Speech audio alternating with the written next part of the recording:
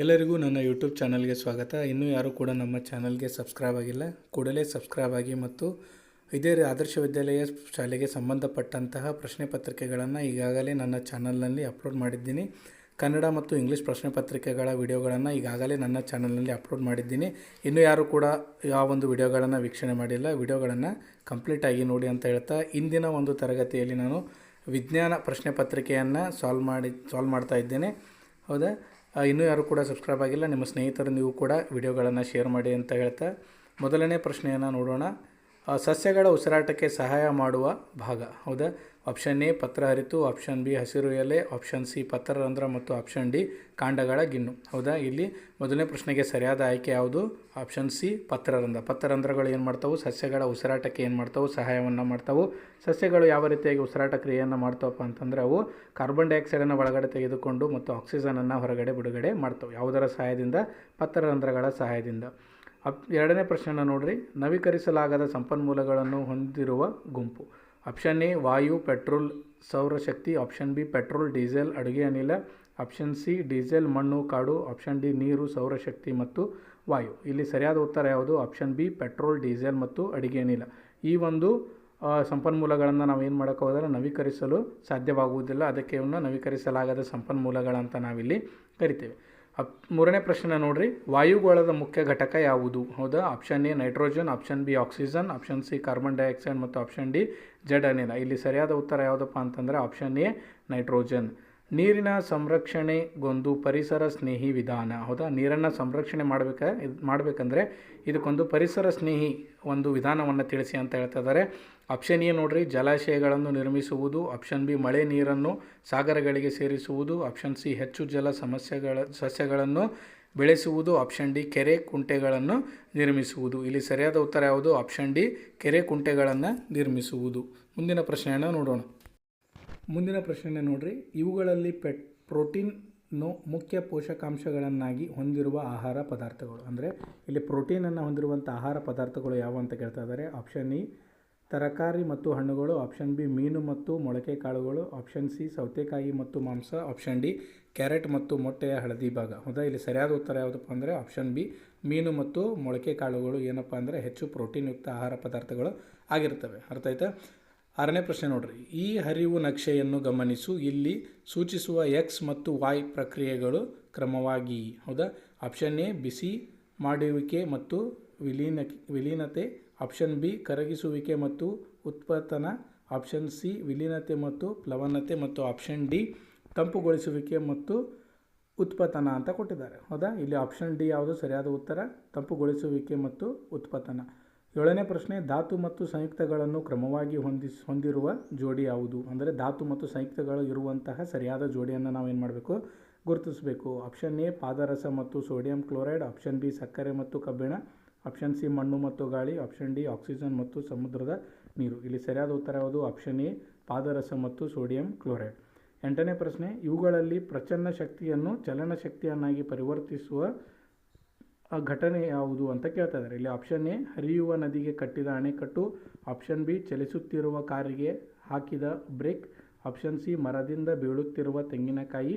Option D over head ಟ್ಯಾಂಕ್ನಲ್ಲಿ ಸಂಗ್ರಹವಾದ ನೀರು. ಹೌದಾ? ಇಲ್ಲಿ ಸರಿಯಾದ ಉತ್ತರ ಯಾವುದು? ಆಪ್ಷನ್ ಎ ಹರಿಯುವ ನದಿಗೆ ಕಟ್ಟಿದ ಅಣೆಕಟ್ಟು ಏನಪ್ಪ ಅಂದ್ರೆ ಪ್ರಚನ್ನ ಶಕ್ತಿಯನ್ನು ಚಲನ ಶಕ್ತಿಯನ್ನಾಗಿ ಏನು ಮಾಡ್ತದೋ ಪರಿವರ್ತನೆಯನ್ನು ಮಾಡ್ತೈತೆ. ಹಂಗಿದ್ರೆ 9ನೇ ಪ್ರಶ್ನೆ ನೋಡ್ರಿ. ದ್ವಿತೀಯ ಸಂಶ್ಲೇಷಣೆಯಲ್ಲಿ ಹೀರಿಕೆಯಾಗುವ ಮತ್ತು ಬಿಡುಗಡೆಯಾಗುವ ಅನಿಲಗಳು ಕ್ರಮವಾಗಿ. ಹೌದಾ? ಇಲ್ಲಿ ದ್ವಿತೀಯ ಸಂಶ್ಲೇಷಣೆ ಕ್ರಿಯೆ ನೀವು ಆಲ್ರೆಡಿ ಕಲ್ತಿದ್ದೀರಿ. ಆಪ್ಷನ್ ಎ ಕಾರ್ಬನ್ ಡೈಆಕ್ಸೈಡ್ ಮತ್ತು ಆಕ್ಸಿಜನ್. ಆಪ್ಷನ್ ಬಿ ಆಕ್ಸಿಜನ್ ಮತ್ತು ನೈಟ್ರೋಜನ್. ಆಪ್ಷನ್ ಸಿ ಹೈಡ್ರೋಜನ್ ಮತ್ತು oxygen. Option D carbon dioxide ಮತ್ತು ಹೈಡ್ರೋಜನ್. ಇಲ್ಲಿ ಆಪ್ಷನ್ ಎ ಯಾವುದು ಸರಿಯಾದ ಉತ್ತರ? ಕಾರ್ಬನ್ ಡೈಆಕ್ಸೈಡ್ ಮತ್ತು ಆಕ್ಸಿಜನ್. ಅಂದರೆ ಏನದು? ಕಾರ್ಬನ್ ಡೈಆಕ್ಸೈಡನ್ನು ಒಳಗಡೆ ತೆಗೆದುಕೊಂಡು ಆಕ್ಸಿಜನ್ನ ಏನು ಮಾಡ್ತದೆ? ಹೊರಗಡೆ ಬಿಡ್ತದೆ. ಅರ್ಥ ಆಯ್ತು? ಮುಂದಿನ ಪ್ರಶ್ನೆ ನೋಡ್ರಿ. 10ನೇ ಪ್ರಶ್ನೆ. ಸಮತಳಿ ಬೇಸಾಯದ ಮುಖ್ಯ ಪ್ರಯೋಜನವೆಂದರೆ. ಆಪ್ಷನ್ ಎ ಮಣ್ಣಿನ ಲವಣಾಂಶ ಹೆಚ್ಚಿಸುವುದು. ಆಪ್ಷನ್ ಬಿ ಇಳುವರಿ ಹೆಚ್ಚಿಸುವುದು. ಆಪ್ಷನ್ ಸಿ ಮಣ್ಣಿನ ಮಾಲಿನ್ಯ ಕಡಿಮೆ ಮಾಡುವುದು. ಆಪ್ಷನ್ ಡಿ ಮಣ್ಣಿನ ಸವೆತ ತಡೆಗಟ್ಟುವುದು. ಹಾಗಿದ್ರೆ ಸಮತಳಿ ಬೇಸಾಯದ ಮುಖ್ಯ ಪ್ರಯೋಜನವೇನೆಂದರೆ ಆಪ್ಷನ್ ಡಿ ಮಣ್ಣಿನ ಸವೆತ ತಡೆಗಟ್ಟುವುದು. 11ನೇ ಪ್ರಶ್ನೆ. ಕೈಗಾರಿಕೆಗಳಿಂದಾಗುವ ವಾಯು ಮಾಲಿನ್ಯವನ್ನು ತಡೆಗಟ್ಟುವ ಒಂದು ಕ್ರಮವೆಂದರೆ. ಆಪ್ಷನ್ ಎ ಸೀಸರಹಿತ ಪೆಟ್ರೋಲ್ ಬಳಕೆ. ಆಪ್ಷನ್ ಬಿ ಸೌರ ಬೀದಿ ದೀಪಗಳ ಬಳಕೆ. ಆಪ್ಷನ್ ಸಿ ಎತ್ತರವಾದ ಹೊಗೆ ಕೊಳವೆಗಳ ಬಳಕೆ. ಆಪ್ಷನ್ ಡಿ ಸಾರ್ವಜನಿಕ ಸಾರಿಗೆ ಬಳಕೆ. ಇಲ್ಲಿ ಸರಿಯಾದ ಉತ್ತರ ಯಾವುದಂದರೆ ಆಪ್ಷನ್ ಸಿ ಎತ್ತರವಾದ ಹೊಗೆ ಕೊಳವೆಗಳ ಬಳಕೆ ಮಾಡುವುದರಿಂದ ಏನು ಮಾಡ್ಬೋದು, ನಾವು ಕೈಗಾರಿಕೆಗಳಿಂದ ವಾಯು ಮಾಲಿನ್ಯವನ್ನು ಏನು ಮಾಡ್ಬೋದು, ತಡೆಗಟ್ಟಬಹುದು. ಅಂದರೆ ಎತ್ತರವಾಗಿ ನಾವೇನು ಮಾಡೋದು, ಕೊಳವೆಗಳನ್ನು ಬಳಕೆ ಮಾಡುವುದು. 12ನೇ ಪ್ರಶ್ನೆ, ಇವುಗಳಲ್ಲಿರುವ ನೀರಿನ ಲಕ್ಷಣವನ್ನು ಸೂಚಿಸುವ ಸರಿಯಾದ ಹೇಳಿಕೆ ಯಾವುದು? ಅಂದರೆ ನೀರಿನ ಲಕ್ಷಣವನ್ನು ಹೋಲುವಂತಹ ಸರಿಯಾದ ಹೇಳಿಕೆ ಯಾವುದು ಅಂತ ಕೇಳ್ತಾ ಇದ್ದಾರೆ. ಆಪ್ಷನ್ ಎ ಕಾಯಿಸಿದಾಗ ಆವಿಯಾಗುವುದಿಲ್ಲ. ಆಪ್ಷನ್ ಬಿ ತಾನಿರುವ ಪಾತ್ರೆಯ ಆಕಾರವನ್ನು ಪಡೆಯುತ್ತದೆ. ಆಪ್ಷನ್ ಸಿ ಎತ್ತರದಿಂದ ತಗ್ಗಿಗೆ ಹರಿಯುವುದಿಲ್ಲ. ಆಪ್ಷನ್ ಡಿ ನಿರ್ದಿಷ್ಟ ಗಾತ್ರ ಮತ್ತು ಆಕಾರವಿದೆ. ಇಲ್ಲಿ ಸರಿಯಾದ ಉತ್ತರ ಯಾವುದು? ಆಪ್ಷನ್ ಬಿ ತಾನಿರುವ ಪಾತ್ರೆಯ ಆಕಾರವನ್ನು ಪಡೆಯುತ್ತದೆ. 13ನೇ ಪ್ರಶ್ನೆ, ಅಂಗಡಿಯಲ್ಲಿ ಚಿಪ್ಸ್ ಪೊಟ್ಟಣ ಖರೀದಿಸುತ್ತಿರುವ ವ್ಯಕ್ತಿಯು ಗಮನಿಸಬೇಕಾದ ಪ್ರಮುಖ ಅಂಶ. ಹೌದಾ, ಇಲ್ಲಿ ನಾವು ತಿಂಡಿ ತಿನಿಸುಗಳನ್ನು ತೆಗೆದುಕೊಳ್ಳುವಾಗ ಪಟ್ಟಣದ ಮೇಲೆ ಗಮನಿಸಬೇಕಾದ ಅಂಶಗಳು ಯಾವುದು ಅಂತ ಕೇಳ್ತಾ ಇದ್ದಾರೆ. ಆಪ್ಷನ್ ಎ ಪೊಟ್ಟಣ ಕಟ್ಟಲು ಬಳಸಿದ ವಸ್ತು. ಆಪ್ಷನ್ ಬಿ ತಯಾರಿಸಿದ ಕಂಪನಿಯ ವಿವರ. ಆಪ್ಷನ್ ಸಿ ಚಿಪ್ಸ್ ತೂಕ ಮತ್ತು ದರ. ಆಪ್ಷನ್ ಡಿ ತಯಾರಾದ ಮತ್ತು ಅವಧಿ ಮುಗಿಯುವ ದಿನಾಂಕ. ಇಲ್ಲಿ ಸರಿಯಾದ ಉತ್ತರ ಯಾವುದು? ಆಪ್ಷನ್ ಡಿ ತಯಾರಾದ ಅವಧಿ ಮತ್ತು ಮುಗಿಯುವ ದಿನಾಂಕ. ಈ ಒಂದು ಅಂಶವನ್ನು ಏನು ಮಾಡಬೇಕು, ನಾವು ಪೊಟ್ಟಣವನ್ನು ಚಿಪ್ಸ್ ಪಾಕೆಟ್ಗಳನ್ನು ತೆಗೆದುಕೊಂಡಾಗ ಗಮನಿಸಬೇಕಾದ ಮುಖ್ಯ ಅಂಶ. ಅರ್ಥ ಆಯಿತಾ? ಹಂಗಿದ್ರೆ ಮುಂದಿನ ಪ್ರಶ್ನೆ ನೋಡೋಣ. 14ನೇ ಪ್ರಶ್ನೆ ನೋಡ್ರಿ, ಕೊಟ್ಟಿರುವ ಕೋಷ್ಟಕವನ್ನು ಗಮನಿಸಿ. ಇಲ್ಲಿ ವಸ್ತುಗಳು ಕೊಟ್ಟಿದ್ದಾರೆ ಮತ್ತು ಆ ವಸ್ತುಗಳ ಸಾಂದ್ರತೆಯನ್ನು ಕೊಟ್ಟಿದ್ದಾರೆ ಕಿಲೋಗ್ರಾಮ್ನಲ್ಲಿ. ಒಂದನೇದು ನೀರು 997, 2 ಜೇನುತುಪ್ಪ 1420 ಮತ್ತು 3 ಅಡಿಗೆ ಎಣ್ಣೆ 890 ಅಂತ ಕೊಟ್ಟಿದ್ದಾರೆ. ಹೌದಾ, ಇಲ್ಲಿ ಏನಪ್ಪ ಅಂದರೆ 3 ವಸ್ತುಗಳನ್ನು ಗಾಜಿನ ಜಾಡಿಯಲ್ಲಿ ಮಿಶ್ರ ಮಾಡಿದೆ. ವಸ್ತುಗಳ ಪದರಗಳನ್ನು ಮೇಲಿನಿಂದ ಕೆಳಗೆ ಈ ಕ್ರಮದಲ್ಲಿ ನೋಡುವಿರಿ ಅಂತ ಕೇಳ್ತಿದ್ದಾರೆ. ಹೌದಾ, ಇಲ್ಲಿ ಆಪ್ಷನ್ ಎ ಅಡುಗೆ ಎಣ್ಣೆ, ನೀರು, ಜೇನುತುಪ್ಪ. ಆಪ್ಷನ್ ಬಿ ನೀರು, ಜೇನುತುಪ್ಪ, ಅಡುಗೆ ಎಣ್ಣೆ. ಆಪ್ಷನ್ ಸಿ ಜೇನುತುಪ್ಪ, ಅಡುಗೆ ಎಣ್ಣೆ, ನೀರು. ಆಪ್ಷನ್ ಡಿ ನೀರು, ಅಡುಗೆ ಎಣ್ಣೆ ಮತ್ತು ಜೇನುತುಪ್ಪ. ಹೌದಾ, ಇಲ್ಲಿ ಸರಿಯಾಗಿ 3 ವಸ್ತುಗಳನ್ನು ಏನು ಮಾಡಬೇಕು, ನಾವು ಗಾಜಿನ ಜಾಡಿಯಲ್ಲಿ ಮಿಶ್ರ ಮಾಡಿದಾಗ. ಹೌದಾ, ಮೊದಲನೇದು ಪದರಗಳು ಯಾವ ರೀತಿಯಾಗಿ ಬರ್ತಾವೆ ಅಂತ ಕೇಳ್ತಾರೆ. ಹೌದಾ, ಇಲ್ಲಿ ಆಪ್ಷನ್ ಯಾವುದು? ಮೊದಲನೇದು ಅಡುಗೆ ಎಣ್ಣೆ, ಆಮೇಲೆ ನೀರು, ಆಮೇಲೆ ಜೇನುತುಪ್ಪ. ಇದು ಸರಿಯಾದ ಕ್ರಮ. ಅಂದರೆ ಆಪ್ಷನ್ ಎ ಕರೆಕ್ಟ್ ಉತ್ತರ. 15ನೇ ಪ್ರಶ್ನೆಯನ್ನು ನೋಡ್ರಿ, ನಿರ್ದಿಷ್ಟ ಅನುಪಾತವಿಲ್ಲದೆ ಭೌತಿಕವಾಗಿ ಸೇರಿಸಲ್ಪಟ್ಟ 2 ಅಥವಾ ಹೆಚ್ಚು ವಸ್ತುಗಳು ತಮ್ಮ ಲಕ್ಷಣಗಳನ್ನು ಉಳಿಸಿಕೊಂಡಿದ್ದಲ್ಲಿ ಅದು ಏನಂತ ಕೇಳ್ತಾರೆ. ಹೌದಾ, ಆಪ್ಷನ್ ಎ ಧಾತು. ಆಪ್ಷನ್ ಬಿ ಮಿಶ್ರಣ. ಆಪ್ಷನ್ ಸಿ ಸಂಯುಕ್ತ ಮತ್ತು ಆಪ್ಷನ್ ಡಿ ಅಣು. ಇಲ್ಲಿ ಸರಿಯಾದ ಉತ್ತರ ಯಾವುದು? ಮಿಶ್ರಣ. ಅಂದರೆ ಏನಿಲ್ಲ, ಭೌತಿಕವಾಗಿ ಏನು ನಿರ್ದಿಷ್ಟ ಅನುಪಾತದಲ್ಲಿ ಭೌತಿಕವಾಗಿ ಸೇರಿಸಲ್ಪಟ್ಟ 2 ಅಥವಾ ಹೆಚ್ಚು ವಸ್ತುಗಳು. ಹೌದಾ, ಅದಕ್ಕೆ ಏನಂತ ಕರಿತೀವಿ ನಾವು? ಮಿಶ್ರಣ ಅಂತ ಕರಿತೇವೆ. ಸರಿಯಾದ ಉತ್ತರ ಆಪ್ಷನ್ ಬಿ. 16ನೇ ಪ್ರಶ್ನೆಯನ್ನು ನೋಡಿರಿ, ಇವುಗಳಲ್ಲಿ ಶಕ್ತಿಯ ರೂಪಾಂತರವನ್ನು ಸರಿಯಾಗಿ ಪ್ರತಿನಿಧಿಸುತ್ತಿರುವುದು. ಆಪ್ಷನ್ ಎ ಇಸ್ತ್ರಿ ಪೆಟ್ಟಿಗೆ. ಅಂದರೆ ಇದು ಯಾವ ಶಕ್ತಿಯನ್ನಾಗಿ ಪರಿವರ್ತನೆ ಮಾಡ್ತಾರೆ ಅಂತ ಕೇಳ್ತಾರೆ.